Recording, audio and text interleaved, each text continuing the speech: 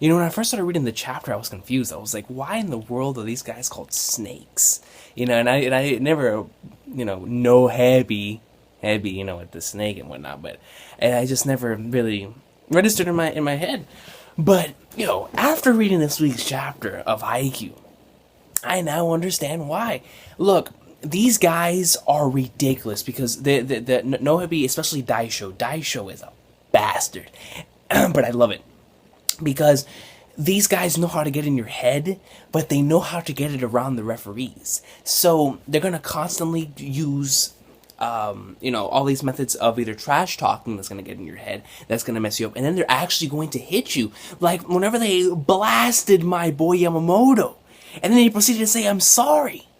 Like he said, "I'm sorry," and like that, I had the crowd like, "Oh man, those guys are genuinely sorry," but they don't know what's actually going on there, right? And then on the other one, whenever he said, "Yeah, I hit the ball out," like it's trying to show that their team, they're very polite, they're gentlemen, they're out there, they're really they have good sportsmanship, and they're jackasses. But I love it. I love that they really are snakes.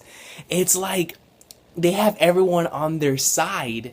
But so every single time they mess up something like that, they'll either say I'm sorry or it's an accident. So it makes it seem like they're just a clumsy team.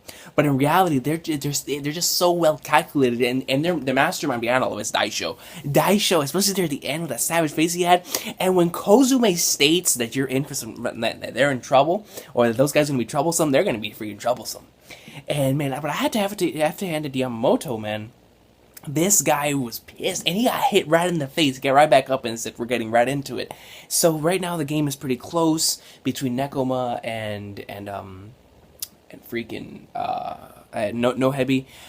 I'm expecting, just like one of the comments of last week, I completely skipped over Lev. I do strongly believe that Lev is going to have a really, really awesome role in this game. I can't wait to see him, but for me, man, I really can't wait to see Yaku. When Yaku starts going in, the rest of the team's going to start going in. Because right now, Nekoma, they're on their backs. They're really getting defeated both mentally and physically and on the court. So, these guys over here, No Heavy, they obviously have really, really good knowledge and insight when it comes to the game of volleyball, of really good psychology into how to get into your head. Those guys are so good at trash talk. And what really put the nail for me is when this dude Daisho proceeded to come down and whacked him in his face, and I was like, yo, take it easy, dog. And he said, I'm sorry. But, insane.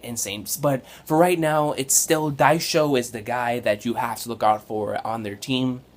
But the rest of their team still, there might be another guy that's going to come out there and start going in as well. But I'm still holding through for Yaku. I strongly believe that when Yaku gets in, because the thing is, the libero, even though he's not the setter, when the libero starts going in, that's like whenever he starts really receiving those balls, and whenever he calms everybody else down, just the same way that it happens with Karasuno.